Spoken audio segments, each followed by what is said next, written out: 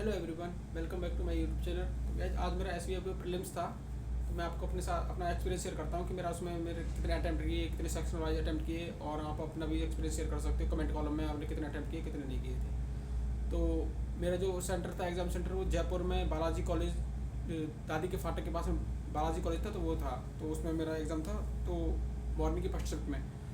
तो मैं वहाँ पर एग्ज़ाम देने गया। तो उससे पहले भी उसमें एक प्रॉब्लम हो गई मेरे साथ कि मैं यहाँ एग्ज़ाम देने गया, तो एडमिट कार्ड लेके गया था ऐसे ही मित्र से निकलवा के। लेकिन जब वहाँ पे एंट्री हो गई, बायोमेट्रिक भी हो गया, और जब मैडम ने बोला कि लॉगिन करने के लिए, तो मैं लॉगिन कर रहा हूँ तो लॉगिन ही नहीं हो रहा है मेरा।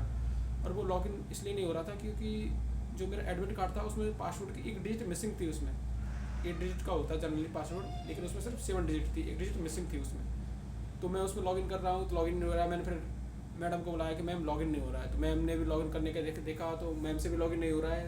फिर सर को भी बुलाया, सर से भी लॉगिन नहीं हो रहा है। तो मैं मैम से बोला कि मैम, ये शायद इसमें एक डिजिट मिसिंग है इसमें पासवर्ड की। आप पढ़ो, मतलब दूसरे स्टूडेंट तुम देखेंगे, आप उससे मैच करेंगे कि उसमें कितनी डिजिट है, तो उससे पता चल जाएगा कि इसमें कितनी डिजिट अगर मिसिंग है या नहीं है। तो उन्होंने देखा तो उसमें दूसरे के में तो उसमें 8 डिजिट थी और मेरे में 7 डिजिट थी, तो एक डिजिट मिसिंग थी। तो फिर मैडम मेरा एडमिट कार्ड लेके अपने हेड के पास गई और लगी रही, पर वो मतलब वो भी लग रहे थे, पर वो हो ही नहीं पा रहा था। तो फिर 1 to 9 क्योंकि एक डिजिट मिसिंग थी, 1 to 9 के बीच में ही हो सकती है वो डिजिट, और तो जाएगा।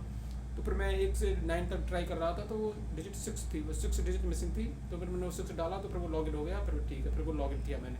और जो जब तक तो मैंने लॉगिन किया तो उससे पहले सबका लॉगिन हो चुका था। तो फिर मैंने पेपर स्टार्ट किया।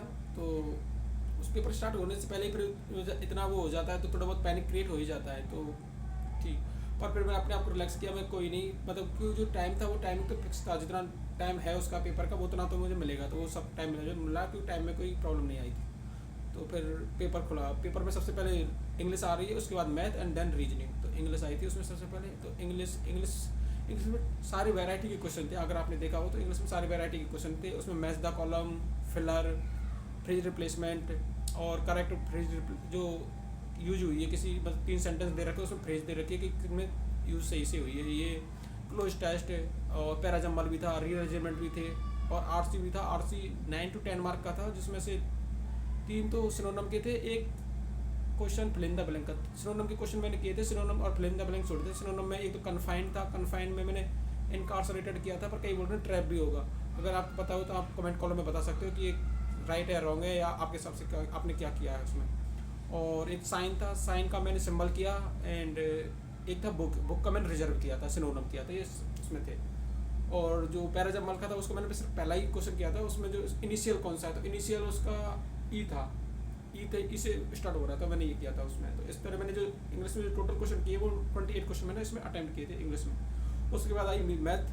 मैथ सच में बहुत टफ था। मैथ में 3 तो डी आई थी, एक टेबल डी आई एंड एक डबल पाई चार्ट एंड एक कैसलेट।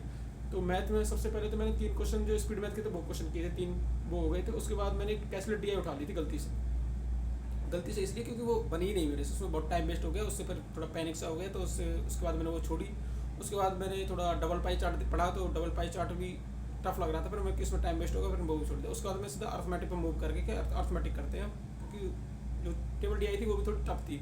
उसमें 3 वेरिएबल दे रखे थे, मतलब वो थी 3, वो पेट्रोल वगैरह 3 फ्यूल दे रखे थे, और उनको बांट रखा था टेबल में, और उनके ऊपर क्वेश्चन भी थोड़े लेंथी क्वेश्चन थे, इसलिए मैंने छोड़ दिया डी आई।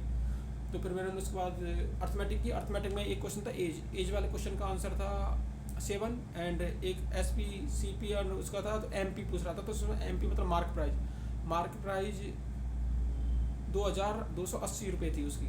आप राइट बता सकते हो, राइट रॉन्ग अगर क्या है, अगर आपने भी किया हो तो उसका।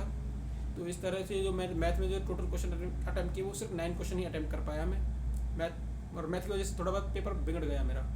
उसके बाद आई थी रीजनिंग में मैंने सबसे पहले उसमें स्लॉक्स के क्वेश्चन थे, स्लॉक्स किए। उसके बाद एक बैकवर्ड फॉरवर्ड काउंटिंग था। बैकवर्ड एंड फॉरवर्ड काउंटिंग में 2 था, उसका आंसर 2 था। उसमें एक मीनिंगफुल वर्ड भी था, मीनिंगफुल वर्ड वाला मैंने छोड़ दिया क्योंकि उसमें श्योर नहीं होता क्योंकि उसमें कितने भी वर्ड बन सकते हैं या कितने हैं, इसलिए मैंने छोड़ दिया। उसके बाद मैंने एक एज वाली पजल की थी, उसमें एक की उम्र एक स्क्वायर थी जिसमें 81 एंड 49 थी, तो उससे दो पॉसिबिलिटी बनती है और उससे हो जाती थी, ईजिली बन गई थी वो पॉसिबिलिटी मेरे पजल। और उसके बाद एक पजल और थी फ्लोर वाली भी थोड़ा मैं उसमें मतलब टाइम वेस्ट हो गया, वो भी नहीं बनी मेरे से, तो उसमें इस तरह से वो हो गया था। तो तो इस तरह से जो मैंने रीजनिंग में टोटल क्वेश्चन अटैम्प्ट किए हैं वो 19 क्वेश्चन अटैम्प्ट किए। तो इससे जो इंग्लिश में मैंने 28, मैथ में 9 एंड इंग्लिश में 19 क्वेश्चन अटैम्प्ट किए हैं। तो टोटल क्वेश्चन 56 क्वेश्चन अटैम्प्ट हो गए। और मैथ का पेपर टफ था, मैथ टफ थी मतलब इसमें सबसे ज़्यादा, और ओवरऑल पेपर भी टफ था। तो और मैंने सात वालों से भी पूछा तो उनके भी 50 to 60 के बीच में रेंज में ज़्यादातर अटैम्प्ट हो रहे हैं। तो इससे आप ये भी हो सकता है कि cut off 50 plus minus plus ही लगा लो, प्लस 50 to 55 के बीच में रह सकती है। ये मेरा ओपिनियन है कि इसके बीच में कट ऑफ रह सकती है। अगर आपका भी डिफरेंट ओपिनियन हो तो आप भी कमेंट कॉलम में बता सकते हैं कि कट ऑफ कितनी रह सकती है। और आपने जो भी मैंने आंसर बताए हैं उसका भी आंसर आप टैली कर सकते हो। अगर डिफरेंट आंसर है तो आप कमेंट कॉलम में बता सकते हो कि उसका आंसर राइट क्या था। ओके, ये था पूरा पेपर का एनालिसिस।